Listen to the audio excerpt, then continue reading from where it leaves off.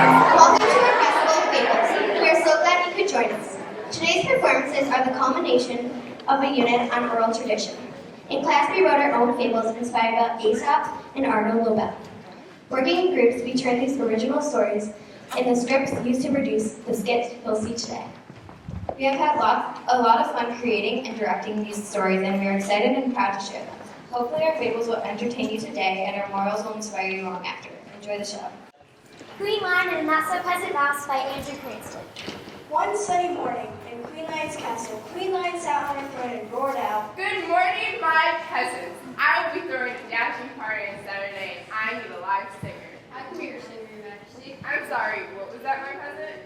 I said I can be your singer for Saturday, Your Majesty. Oh, I'm very confused. How could a teeny tiny mouse like you have such a strong, bold voice?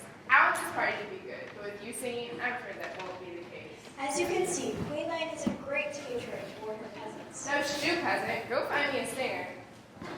Come to think of it, I quit. I can't work for someone who doesn't respect me. And the puny mouse stormed away. Later that day, when Mouse was cleaning, he started singing. And his friend- Dude, you're a great singer. You should start singing more. Thanks. I think I'll take your advice. Mouse took his friend's advice and decided to train his voice and throw a party at his house and invites everyone in town except for Queen Lion and her Are you peasants. going to Mouse's party tomorrow? What party? I never got invited to this party. Mr. Mouse, you remember, he's worked for you for years. Oh, him? Yeah, I'm gonna crash that party. How dare he not invite me? whatever you say, Your Majesty.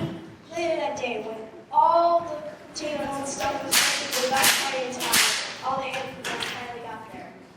It's good to see you. Thanks for coming, guys.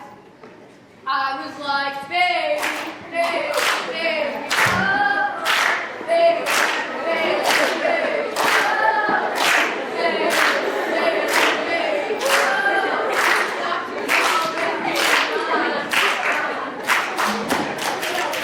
All the animals saw Ripple's time. At the end of the party, Lion, who had been Ripple's our time, met up with Mouse. Mouse, that was the best performance I've ever seen. thanks, Your Majesty. How would you like to come work with me? I'll double the pay, and you can sing with me. That's okay. I think I'll stick with singing for fun.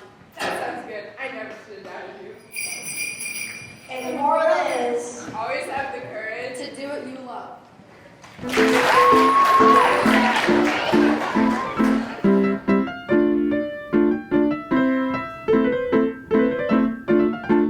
The Giraffe Show by Olivia Roman. It was a normal day at the zoo until the hippo approached the giraffe. Hello, Miss Giraffe. I will be joining your magnificent show this evening. I think this show will make the show more interesting, so I added it to your performance. Excuse me, I believe the show is just made for me. And besides, it's only for one night, and I also think I will make the show more interesting, not that it isn't already. Don't offend my amazing show. Besides, look at you. There's nothing graceful about you. What kind of tan do you have anyways? Well, I've been in gym since I was a little hippo. How can a hippo be paired with such a beautiful and elegant giraffe like me? It was now nighttime and the show was just about to begin. And now, please welcome the Giraffe and Hippo Show. The audience was so impressed by the hippo's talent. The hippo and giraffe go backstage after performing. I have to admit, you're better than I thought you were. Would you like to do it tomorrow night? The show is much better with you. Of course.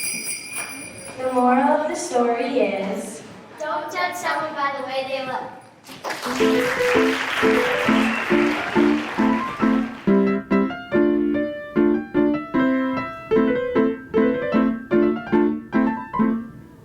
Pig Problems by Ellie Mauer.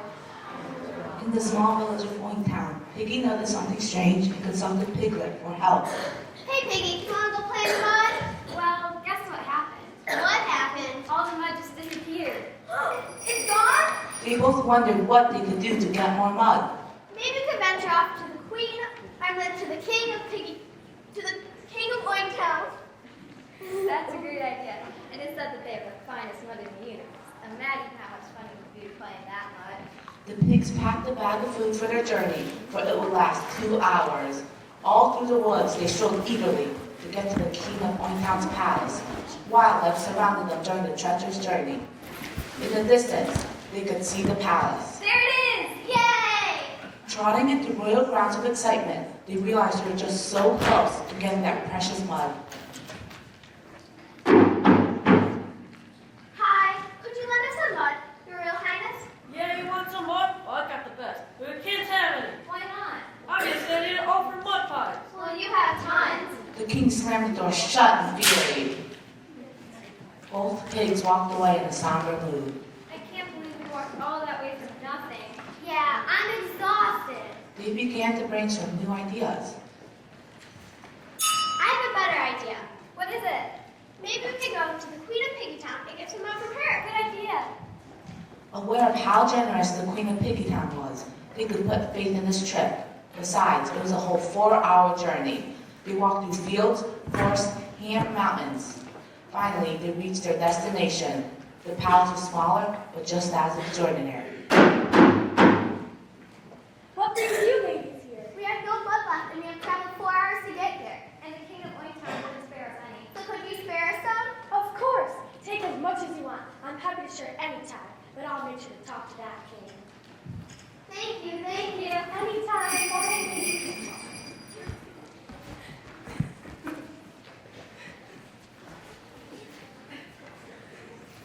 The pigs scurried off. Woohoo! We did it!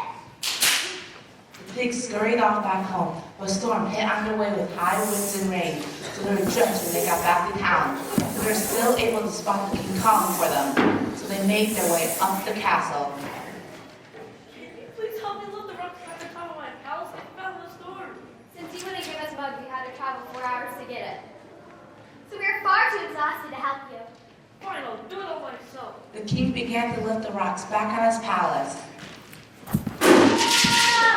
Nobody would help the king because the king had helped nobody but himself. The pigs ended up living a happy life, and the king was never to be seen again. The moral is help others.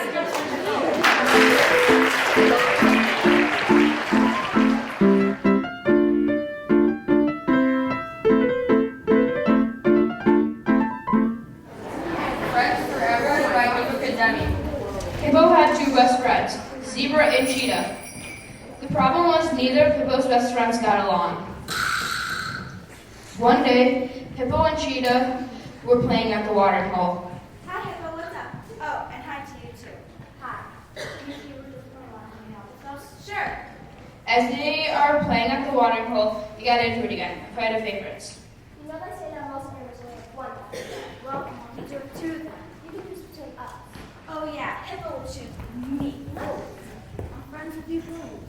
Hippo was not enjoying how the conversation was going over. Pick one of us. Zebra and Cheetah were way too overconfident with themselves. You know me first, so you should choose me. There is a saying called first is the worst and second is the best.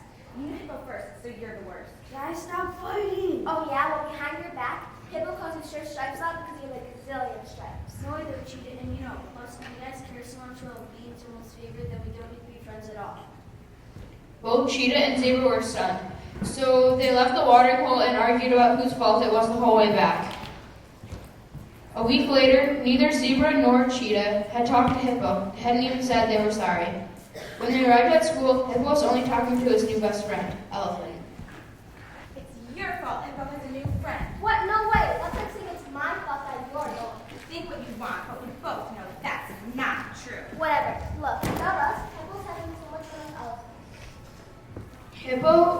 Then without another word, the 2 Hippos go to their classes, regretting the incident with Hippo. Maybe someday they would learn the favorites don't matter, but until then they would have to work together to figure out how to win Hippo back. Hey Hippo, I heard what happened last week. Want to hang out after school? Yeah, I'm tired of them always fighting. Yeah, I can't hang out. Great, see you then.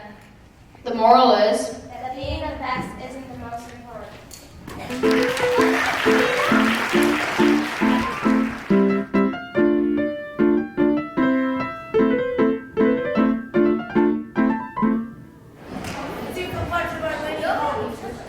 The goats decided to throw a big party and invite Porcupine and Deer. They headed to the party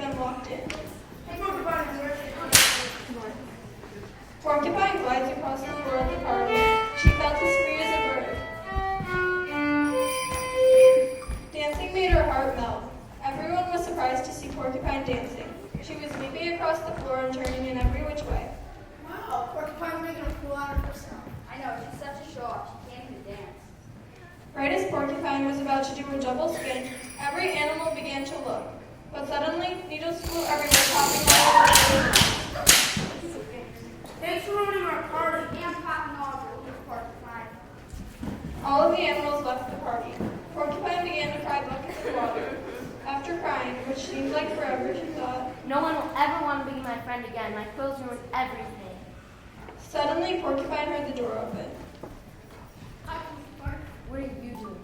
Well, I'm here to tell you just because you're having fun and being yourself doesn't mean you need to be so hard on yourself. Well, everyone's blaming me for something I didn't mean to do. It's so embarrassing. I just love to dance. I didn't mean for it to look so silly. Who cares what it is? Just do what you love. After waiting for an eternity, Porcupine got up and slowly walked up to the radio and pressed on.